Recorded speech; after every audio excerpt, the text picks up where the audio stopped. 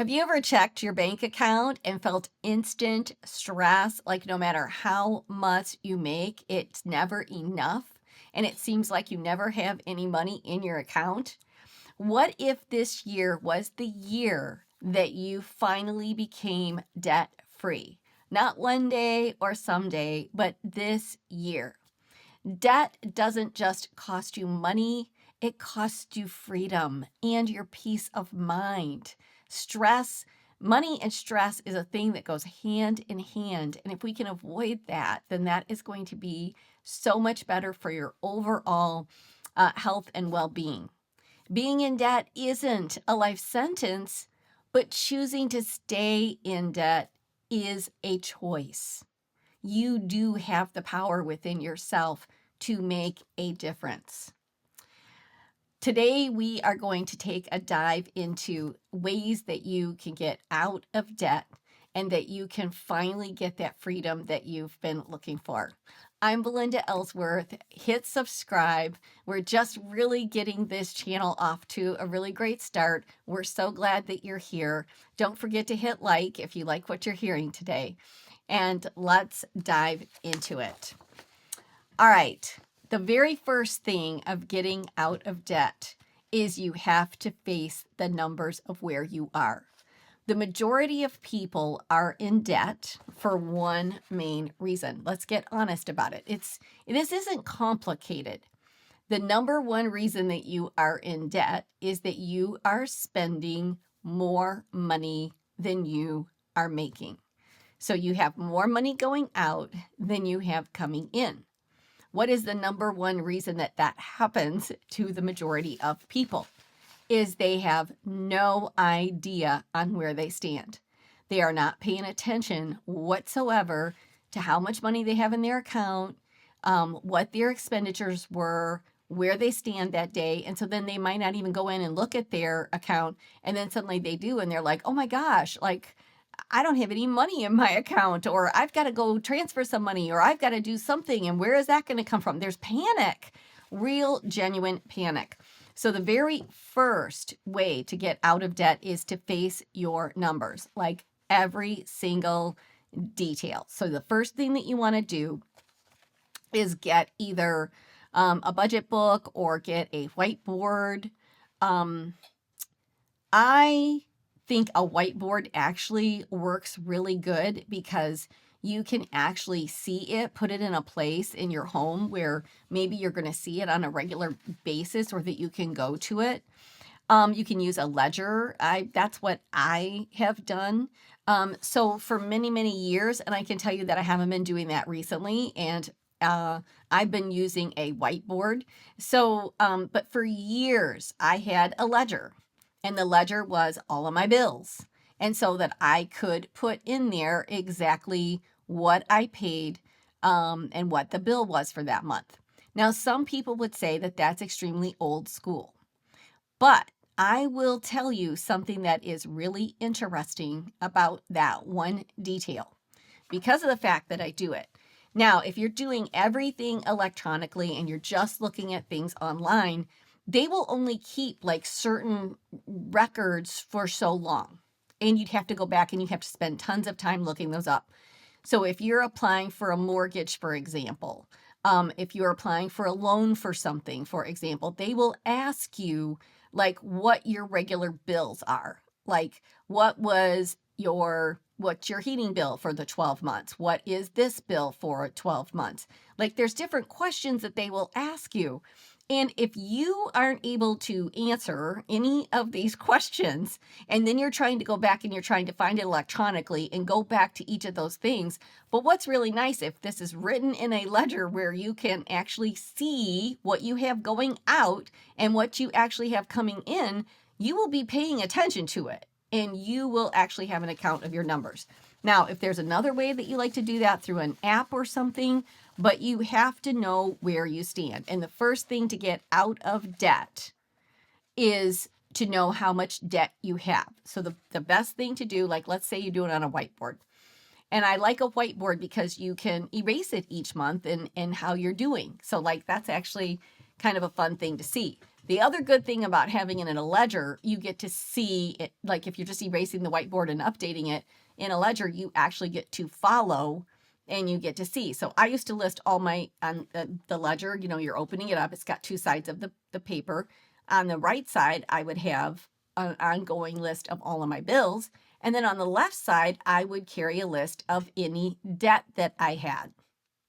And then I would just do that each month. And then that way I could see. On one of the things that you want to put with your debt, so list any loans that you have, and then list any credit cards that you have. That's going to be big. And beside that, you want to put what is the percentage of the interest that you are paying. Interest is the number one thing that keeps you in debt and makes it really hard for you to ever get out of debt. And I don't think people really understand the power of that interest rate that you are paying, because it makes a huge difference. So, number one, face your numbers. Know exactly where you stand.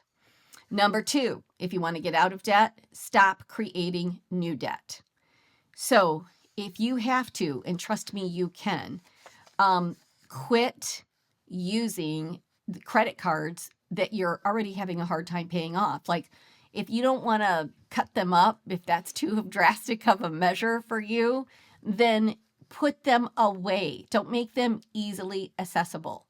So go put them in a drawer, put them somewhere that for safekeeping, that it won't be so easy for you to just go out and charge something, because we end up charging more than you're actually making. So stop creating new debt. That's the only way you're going to ever get out of debt. A lot of society is so much in debt because this instant gratification syndrome that everybody has to have. Like, well, I need all new furniture. Well, you don't really need it. You might want it really bad, but you don't necessarily need to have that new furniture. So if you really want something that is special, try to learn to save for that thing. Start making your plan with your money and saying, okay, then I'm going to then get this. Instead, we buy things on a credit or on like at a store, like a furniture store. It says, oh, interest free for however long. But the minute that payment is up and you have not paid that off, guess what's going to happen? You are usually they retroactivate the interest on the whole debt, like from the time it began. So then all of a sudden, you have even more debt than what you realized. So don't purchase things that you honestly cannot afford. So stop incurring new debt. Number three, start to build an emergency fund. This is so important. And I'm probably over the course of doing this, I've already mentioned to you that I'm a super big fan. I follow and have followed for years David Bach and Smart Women Finish Rich. That was a great book. There's Smart Couples Finish Rich. There's Start Late and Finish Rich. He's just got a really good system. There are others out there that you might follow that sort of have a similar system, and that is you kind of want to have different funds or buckets or pockets of money, and one is going to be your emergency fund. Ultimately, honestly, like this isn't maybe where it will start, but ultimately you would like to have about 6 months worth of your bills into an emergency fund, so that if you lost your job or something happened, you would be able to pay your main bills for 6 months while you're looking and trying to find a new opportunity or a new job without completely, I forget what the statistic or rate is. I should have looked it up before I began this, but I didn't. But I've seen it numerous times. It's high. The highest percentage of people that are living paycheck to paycheck. And so all they need is one catastrophe to happen, and then their lives become extremely difficult. So start to build that emergency fund. Now, people will say, oh, well, I can't save anything. You can. Everybody can. So I'm going to put this into this emergency fund first, no matter what. I'm going to figure out what you can put in it and start to save for that. Because what gives you additional debt is when you suddenly have your car needs to be repaired and you don't have the funds right then in your monthly budget to pay for that $800 car bill. And so what do? If you do not have that in an emergency fund, you put that onto your credit card, and now suddenly you've got $800 in debt. That is why an emergency fund is super important for those emergencies that happen that we are not expecting. So start to just say, I'm going to put $50 a month into this emergency account, or $100 a month, or whatever that you can afford. And most of you will say, I can't afford it. But in reality, no matter what amount of money that you make, you will learn to live on that amount of money. If it is a big, huge amount of money, you learn to live on that amount of money. If it is a small amount of money, you learn to live on that amount of money. So I promise you that if you start to put money aside, you'll just live on the money that you have left. So do it first. All right. Create a zero-based budget, meaning that I want my bills going out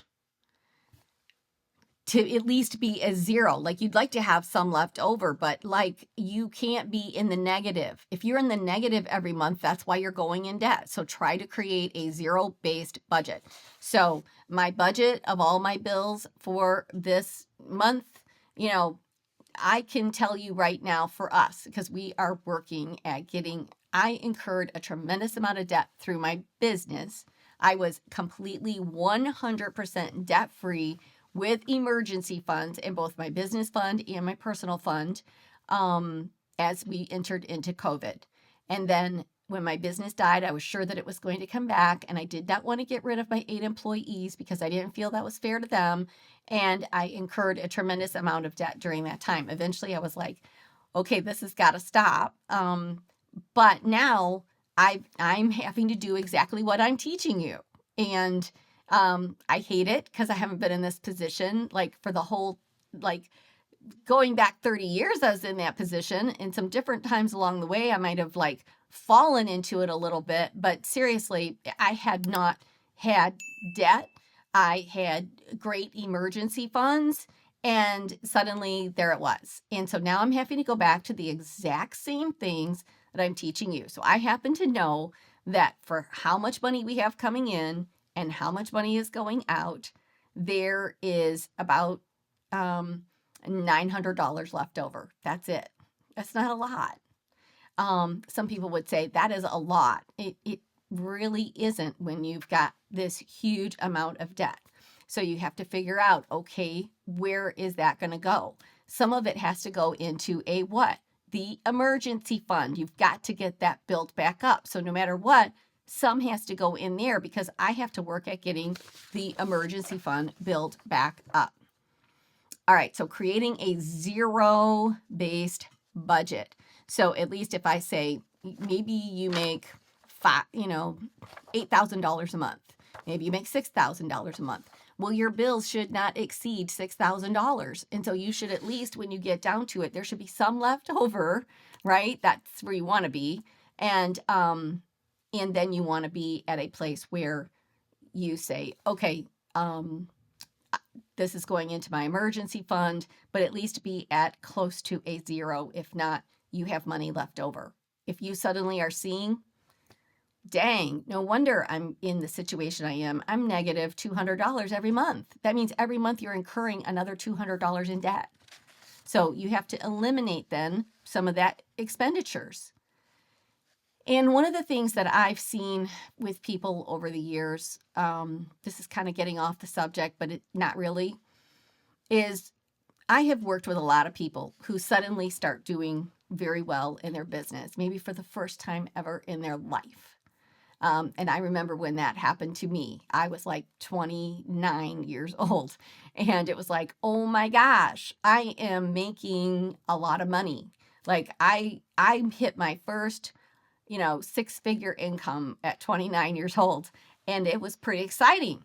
And so I'm making, like, on average, this is, like back in 1990. And so I was making almost $10,000 a month then. Okay. And I remember that. And so instead of me saying, okay, like I'm going to put this money aside, I'm going to create these buckets. This is before I knew anything really about money. All I knew was, oh my gosh, we have struggled for so long, and I am finally making some really good money. And so instead of saying, okay, I've got the money now for this to go buy, I'm going to save up, I'm going to create a slush fund, and then we're going to go buy this. It was like, oh, we can afford that payment. We bought a boat because we had lived on the lake for several years and didn't have a boat. And being on a lake and not having a boat is like painful, but we didn't have the money for it. But suddenly I'm making enough money. So instead of waiting until I had enough money for the boat, right, I said, oh, we can afford that payment. The payment on that boat is only, I think at that time, $323. We can afford that payment. And so then it was like, oh, let's finally do this and get some new furniture. We can afford that payment.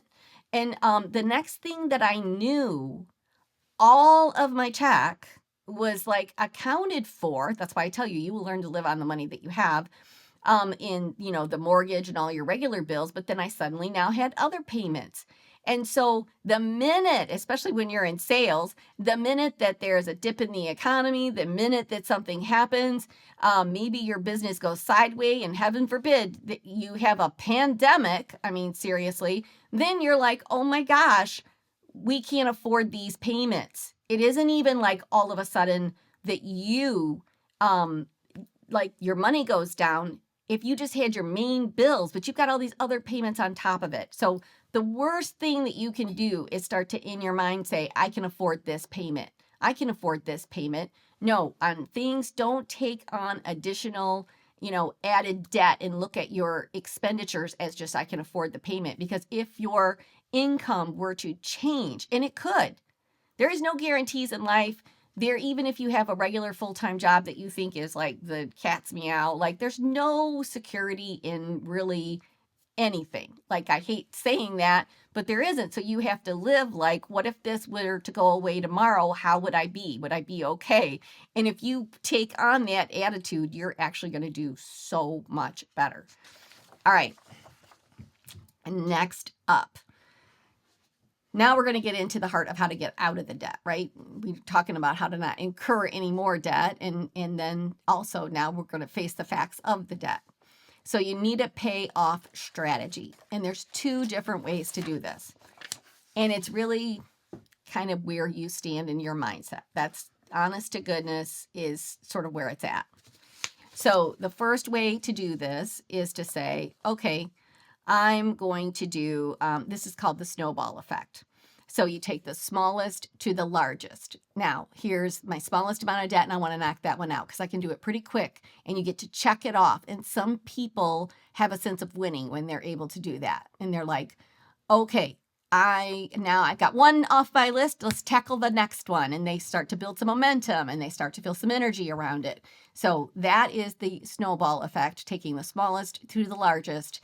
So at the end, you just have the big one and you're working on it. That's one way to do it. Another way to do it is the avalanche method. And this is taking your highest interest rate first. I'm a big fan of doing that one because that is incurring you more debt on top of the debt you have every single month. Now, it depends on your mindset and how you think about money and how you choose to do this. But if you look at your highest interest first, start tackling that one, then that one's off the table.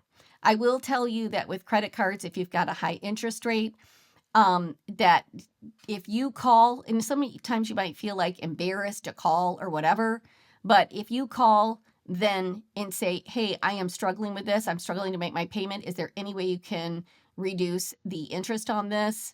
They will do it. And so you don't have to feel any shame in that. You don't have to feel bad about that. So work on getting your interest rates lowered first and foremost, and then work on your highest to lowest as far as taking the extra money and saying, I'm going to pay every month. I've got this much extra. I am putting toward that till it is done. And then you start working on the next one. And you usually have to make minimum payments due on all of them. But if you always just pay the minimum amount of due, I used to have this statistic. It was like, $8,000 will take you like 20 years to pay off. Like, that's terrible. And you don't want that. So you want to get that interest paid. You want to get those high interest ones paid off. Choose a payoff strategy, which we just talked about. Now, another way to get out of debt is to increase your income. So what else can you do? Is there a side hustle of some kind? Is there a part-time gig that you can get? Is there something you could be doing in the evenings? Is there stuff you can sell in your house? Is there, what can you do? Like, that is something that you need to look at. How could I increase my income? Maybe it's time to look for a different job and start looking for one. Maybe it's time to renew your resume and try to figure that out. Number 7 is try to cut your expenses aggressively. So when you say, oh, I've got a payment for that, start trying to get some of those things paid off so that you have less payments. So expenses are the thing that's going to kill you if they're higher than your earnings, right? So we want to start cutting those expenses. The other thing isn't just in bills, but like, what are you wasting money on? Is it, coffees every day? Sometimes you think, well, I deserve that. Not if you're trying to get out of debt, not if you're trying to save. Like, for us, we probably went out to eat, and I'm not exaggerating. And this was part of the whole problem with my health too. So this has gone hand in hand with my health, but we probably went out to eat at least 3 times a week, maybe 4, like seriously. And so when you start to add that up and you look at a budget of where can we save, well, guess what? We can eat at home more. And we can make really, and what happened with that is we started making healthy meals at home, and it also contributed to my weight loss and my health journey, which went hand in hand. So that was a win-win bonus on both sides of that. All right, do some automatic savings and payments. Those are helpful so that you know that those will happen regardless. The automatic payments can be, like we have automatic payments, so I'm not saying don't do it, but you have to pay attention because sometimes it's the bare minimum and you're never going to get out of debt or to pay extra on that. One of the things that I did when my business was going really, really well and I had all of my funds, I paid my house payment, but then I always paid a second house payment every month. So that is the one area that I have, like, because my house is nearly paid off and it's a substantial home and it's worth a lot. So the ratio of what my home is valued at versus what I owe on the home is very good. So what's nice about that is the reason I was able to get that down is I made my regular payment and then I made a second payment for the month because I could. And so you should do things like that. And I put that toward the principal of the home. If you can't make an entire payment, you could just put some toward that. But that is one way that you can increase your wealth too, is by having more equity into your home. All right.